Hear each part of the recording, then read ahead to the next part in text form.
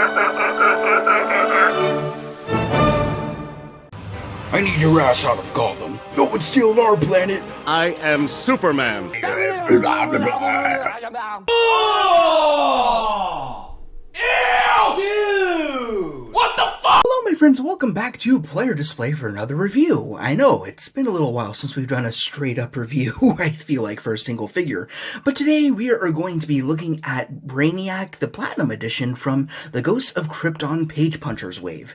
This is the only Page Punchers figure that I really wanted to go after because it's a super bizarre design, and also I needed more rogues for my Superman rogues gallery, so Brainiac fit the bill. I mean, he's more of an everybody villain, because whenever he shows up, everyone's in danger, but I figured Superman, more of that cosmic alien thing going on, and this one more feels more alien than the standard version of Brainiac, which is still a great figure, mind you, but I really love this version. And the reason why this guy is already out of the box, which I unfortunately no longer have, is because I previously unboxed him in my Nostalgia Time video that I did with First Order Film. You could check that out in my channel, where we just review Legos and Beyblades and crap, and it was a ton of fun. But that being said, I also promised that we do an actual review on this figure, which is really damn cool. Needs a little bit of custom work, I'll admit that right off the bat. But that being said, let's get right into it.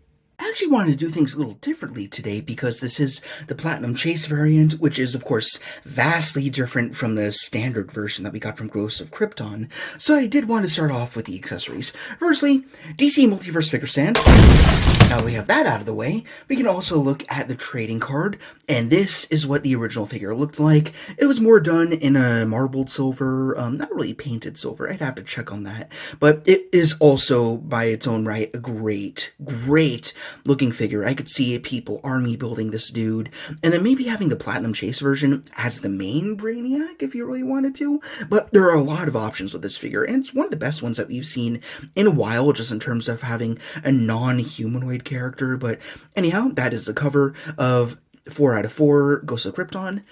Off to the back, you have a little bit of a bio. Real docs. I did not know that. Alright, interesting. So, there you are there. And of course, it's a little bit of a varied bio because this has to do with the Ghosts of Krypton storyline, which I believe is exclusive to this 4 set of figures line. Well, excluding the Platinum figures, I think there are 2 of them. Next up, we also have, as I do whenever I get a Platinum Chase variant figure, which is, this is only my second time now I'm thinking about it, I cut out the little label from the box, and I keep it for myself.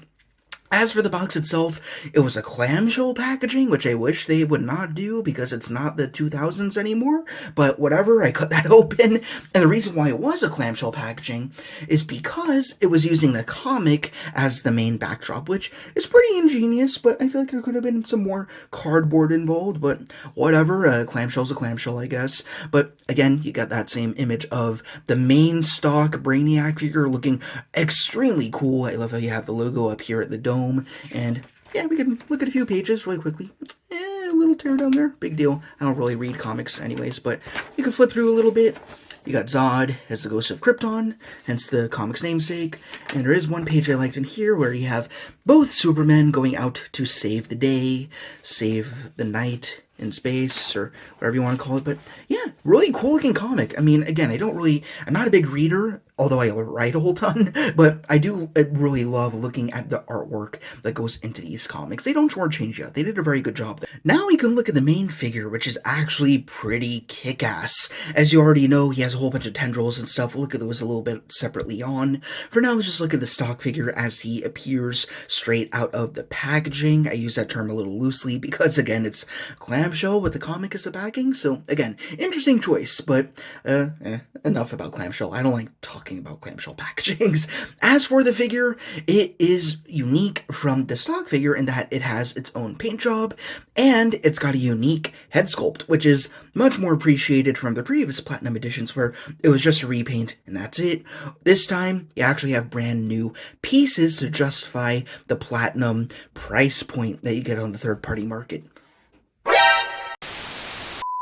Sorry, I was just rudely interrupted by Jehovah's Witnesses at my door, so thanks for that. But anyways, here we are back to more important things. Let's look at Brainiac. Again, I was about to talk about the really awesome head sculpt. A lot of people have compared this to the concept art, or not even concept art, it made it to production, I think, of the Green Goblin from the 2000s Spider-Man movie. And yeah, it definitely has that emaciated, bug-eyed, teethy look to it. And then, of course, the green skin. And I just really dig this a lot. It's a lot more intimidating than the Injustice 2 version of Brainiac that we got. So it's just a nice, intimidating version of a classic comics villain. Blech. I almost choked myself. I don't know what happened. It's Jehovah's Witness. They did something to me. It's a really nice version of this figure, which is unique from the comic. He does not show up in the comic like this whatsoever. It's just to be a platinum edition, and I'm fine with that. It's a good-looking Brainiac for my shelf. But aside from the green, you also have some really nice looking, I guess, magenta of a Brainiac signal up there on the head, so that's pretty interesting. You also have two eyeballs over here, and the eyes might be the best part of this whole head sculpt. Totally underrated. People don't talk about this enough. It's done up in white, but then it has a little bit of this, I don't want to call it airbrushing, it's more of a printing, but it's got like this pinkish fade to it. And it looks really good. It makes him feel very insectoid, which I think lends to the creepiness quite a bit. As for the sculpt, he's all wrinkled, he's pulled apart by all the mechanisms that are all over him, and this is one of the only two instances on this figure where you actually have instances of flesh. We'll get to the second instance a little bit later on. But as for the rest of the figure, though, it's all mechanical and looking very cool. It feels very H.R. Geiger to me, very much like a xenomorph, and that is the utmost compliment. I mean, if you got into the recent Romulus movie lately, then you might also have more appeal to this figure. But he's really interesting. You got something over here on the back. It's like a pseudo backpack. I think it's a separate piece from the rest of the figure. Looks like it is. You can see there's a seam that trails down over here, but it looks fantastic. A whole bunch of cylindrical details I can't even name. You got 4 sockets over here to plug in all the tendrils and stuff that we'll talk about. Oh, sorry, excuse me, there's 5 of them, so that's really neat. The one thing that I wish would be different on this figure, the one thing from holding it back from being perfect, is on the mechanical bits, sometimes there's a silver wash, and sometimes there is not. On the back, there isn't. Not a huge deal, because again, it's on the back. You're not going to be looking at that a whole ton, especially when it's going to be so busy with the tendrils and everything. But I just feel like a nice dry brush of silver would really help it to pop a little bit more. And that being said, if we jump ahead a little bit, you notice on this arm over here, yeah, this is the right one. On this side, you just have sculpt, which is great sculpt, of course. Then on this side, you see what the weathering can do. So it's interesting how they weathered some parts of it and not others. I don't know why they did it that way, but it's not the most noticeable thing. It doesn't hurt the figure by any means, but it could curb him just a little bit more up there to the S tier factor, I feel like. But that being said, let's continue with the rest of the details here. You also have a silver torso. This feels a lot more classic Brainiac, where you've got the black, and then you got the silver, and then you got a little bit of purple, magenta punched into there on little circles and whatever. You also have 2 really big ball joints, and I hope you're not sick of these type of ball joints, because almost every single joint on this figure is this, which is great. It gives him a ton of articulation and posing options. The arms are both unique, so we will talk about them individually. First, we'll look at this one here. You notice it's sort of made out of these different base components, and in fact, you sort of saw the pieces are kind of removable, so if you wanted to do a little bit of kit bashing, I don't see why you couldn't. So you could switch out parts if you wanted to, but yeah, the forearm up here. No, this is the forearm. Well, yeah, the bicep, tricep, whatever is going on over here. And again, you got some weathering, so I really do appreciate that. Then you get to the main joint down here, and well sculpted and all of that, allows for some crazy articulation, which is awesome. But again, a little bit of paint would have gone a long way. Would have liked that. Down to the forearm here we are, with the proper terminology. It looks like this one is just in black. No, not true. You have a little bit of a dial pad over here with some buttons, some rivets, admittedly a little bit sloppy, but I do plan on repainting this dude just a little bit to bring out some of the details a tad more. And then, as I mentioned, there are 2 instances of flesh on this figure, on the head and on this hand, which is done with 4 spindly green salad fingers, and I dig them a lot. On the stock figure, he actually had silver fingers, so it's kind of cool that they repurposed it here to make him look less robotic and more like bony digits, know what I mean? It's got the segments here around the different bends in the finger, so I think that's really cool, and it really adds to the creep factor of this version of Brainiac. Off to his writing now, and it's a totally different story. It's all different parts, I think, except for the joints. Over here, you have a shorter bicep, although it is differently textured. You got a little bit of a honeycomb detail in there, which is another one of Brainiac's trademarks, I believe. I don't know a ton about Brainiac. I just know as much as I know about him from the Lego games, where he was trying to trap planets in jars. I'm sure there's more to him than that, but again, I'll learn more from the comic, and I'll be more educated, so that'll be good. Same double joint down here. And then over here, we already kind of looked at this big old blade, which seems absolutely awesome and devastating. Makes me wonder a great deal about what the story behind this Brainiac is. Maybe he was trying to create a new body, but then something went wrong, and then he just got all these random appendages plugged into him. Or maybe this is what he was intending. I don't know, but it's just such a fun character design. I love looking at him. Down here, of course, I said I love looking at him as soon as we pan to the crotch, but we have a little bit of extra purple peeking out here in the ab section, if you can even call them abs, like 2, but yeah, you got the pelvis here, and you also have 2 big joints over here. Those holes in the hip joints, I guess you could call them, in another world with a different character, they'd bug me a little bit, but here I don't mind, because it's a mechanical, robot, cyborg type of figure. It's okay to have those little holes punched in there and make him feel like he has joints rather than seamless elbows and knees and whatever have you. As for the legs are actually identical, but of course mirrored over from each other. So you continue with the black, again with a little bit of that silver weathering, which does a lot for this figure. Then you got the knees, which are the same color, that marbleized silver, as the elbows are looking a little bare, so they can use some paint as well.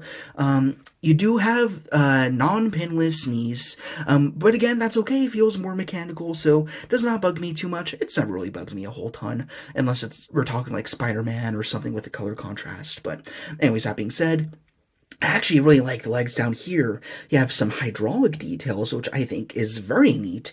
And then it goes on down here to the ball joints in the ankles. And then you got some really neat looking Grievous-style feet with 3 digits. No, 4. There's one in the back there. So really great base figure. But wait, there's more. Going back to accessories, we have 5 of them, which is fantastic. And all of them can be stored on the body, which is a great thing. So I guess we can review both of these at once. Firstly, we have 2 tendrils. Let me pop out a little bit there.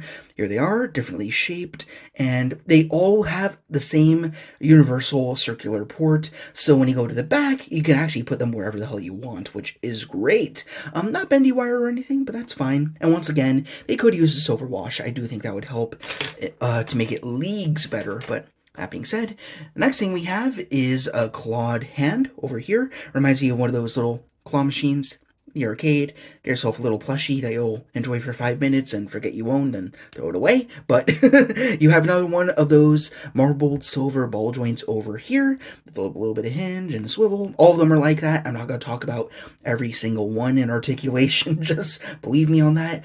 I do wish they could have gone out of their way to articulate this right here. We can actually have a closer look at the sculpt. You can notice there are some grooves in there. It would have been possible for them to split this apart and then get a pin that would go inside, dowel through. And that could be movable, and that could come out straight. I could definitely see them doing that, so not a huge deal. It's still pre-posed in a good position. It's about 90, a little over 90, but still, it would have been nice to have extra options there. But that being said, he also got the claw, and once again, no paint on this piece, so I intend to change that. Last 2 pieces we have, these are what I call the dinosaur hands, well, T-Rex hands more like, more literal on this one that goes on the right side. This is where, like, this is definitely a righty, and this is definitely a lefty. So over here, you have a very tiny baby claw over here, which I really love, a very interesting little sculpt, and wait a minute. No, this one has some paint. So, I don't know. I don't know why they're so inconsistent. Then you got this other one here, and you got another claw, looking very cool. So, we can also port these onto the figure in basically any which way you like, but pretty much the first time I did it, I think I did it the quote-unquote right way. So, let's pop out here. And I like to get the lower appendages on the bottom port. So, we got little claw. Then we got another little claw, a little bit higher over here. Then we got the really big claw that I'll put on the top port. I like to call that the fifth one because it does not have a symmetrical counterpart. Gotta align it properly. Come on, buddy. What you doing? There we go. And now you can hinge that which way you like. Then we also got two tendrils. These are the more interchangeable ones in my opinion. Let's get the arms out of the way. There we are. And I guess we can put you right in there. Getting it aligned with the hole can sometimes take some time, but it's not a huge deal. And then you can put this one off to this side. It's kind of interesting because this one kind of goes side to side, but this one goes up and down. But if you wanted, you can switch them, of course. And again, it's all the same port. And then that one more branches upward, and then port this one into here. And now it's a little bit more open. So I might prefer it that way. It could really go either way for me. And I actually like it this way. It kind of drapes over the shoulder. It feels kind of like a Predator for some reason with the dreadlocks. I don't know. But that being said, this is just an awesome figure. And once you get all the tendrils and claws on there, it gives him a very unique silhouette that is unmatched by any other figure we've seen from McFarlane. Except for, of course, the standard release of this figure. I'm going to keep everything on Brainiac here as we go through articulation. So I believe we have a dumbbell joint in the neck. I actually really like the neck. Forgot to mention that. It's very mechanical looking. But whatever's going on in here, there is a ton of movement, which is awesome. So he's got a crazy amount of tilt, good amount up, great amount down. You can swivel for days, full exorcist. You got ball, hinge, whatever, in the shoulders, double jointed elbows, same exact type of ball joint here in the wrist. Over here in the arm, it's a little bit different. You got the ball joint, got the double joint, and, wait a minute, is there a hinge?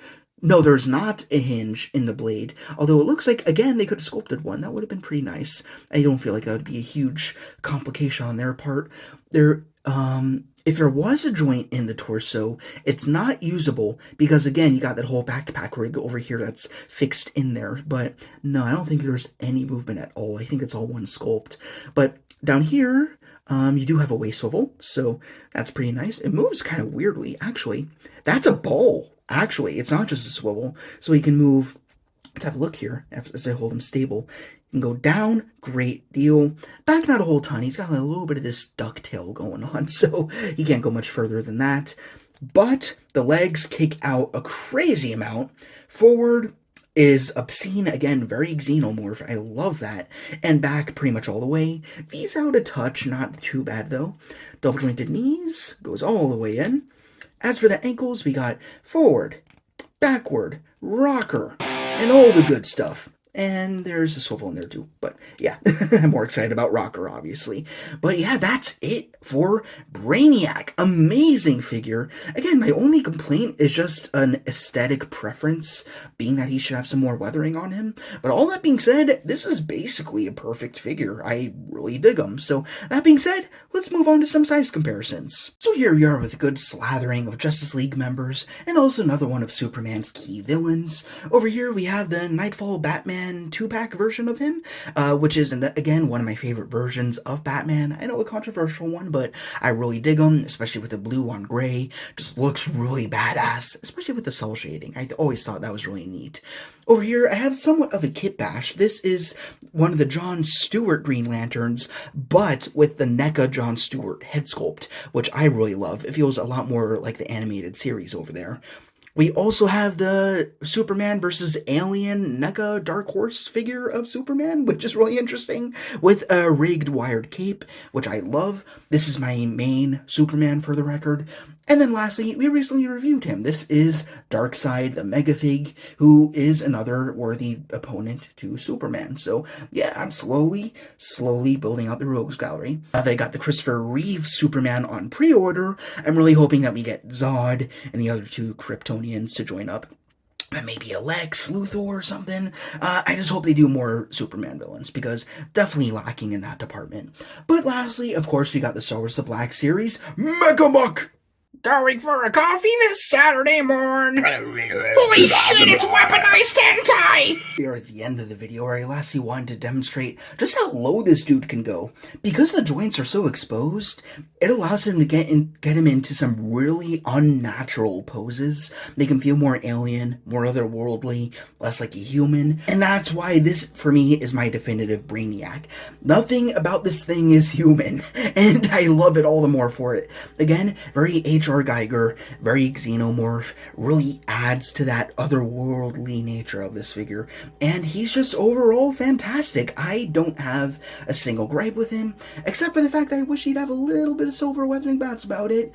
Otherwise, he is a Platinum Edition. Is he a worthy one? I say he is. He's got repaint, which is pretty much standard for Platinum Editions. Interesting evolution. First Platinum Editions had no paint, then they had all paint but a single color, and now they had repaints. Now they have repaints with a new sculpted piece to sweeten up the pot a little bit. So Platinum Editions are slowly becoming a little bit more interesting. So I'm very, very happy about that.